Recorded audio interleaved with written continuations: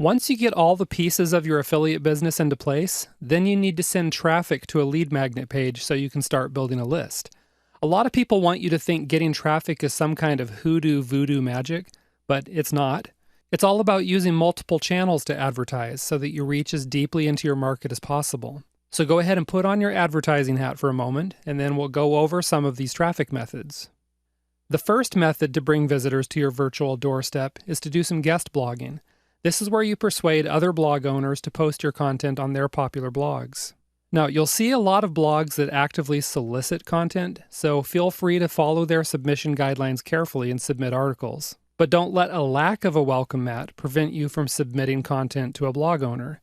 You can knock on their virtual door and specifically ask them to post your content on their blog. And why not? They get free content. They'll also get some free traffic if you offer to tell your newsletter readers, your blog visitors, and social media followers about the article.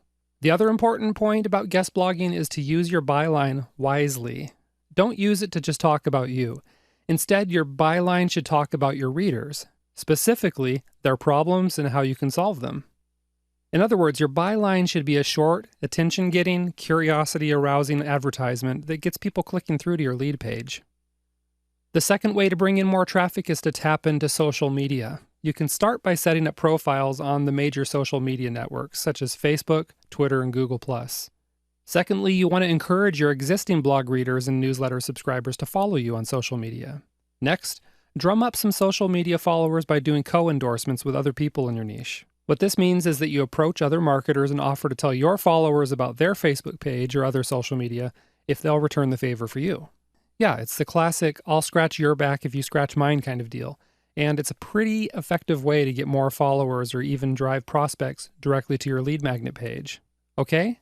Next, you want your Facebook or other social media followers to help you get some new followers. And here's how you do this. You do this by posting viral content like memes or cool quotes, and then tell people to like and share the content. And when they do, you're naturally going to build your fan base. Another way to tap into the viral aspect of social media is to specifically bribe people to share your content.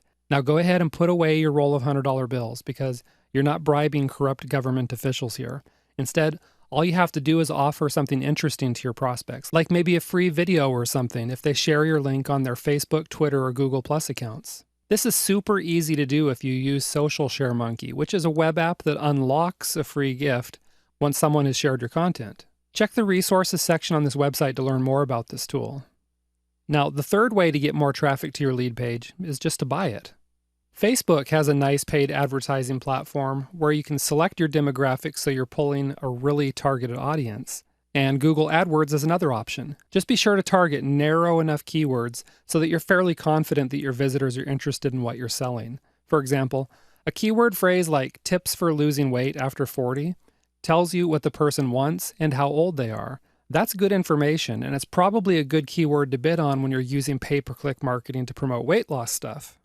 Finally, you can also purchase banner ads on relevant sites, like forums dedicated to your niche. You might even spend a few dollars testing out big sites like Reddit's advertising platform, because it's a cheap way to get your ad in front of a lot of people.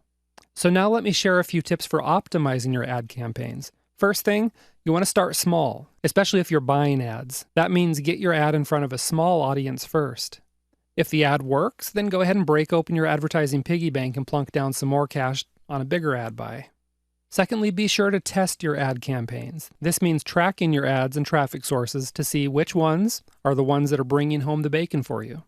Once you understand what works, you can do more of the same thing, right?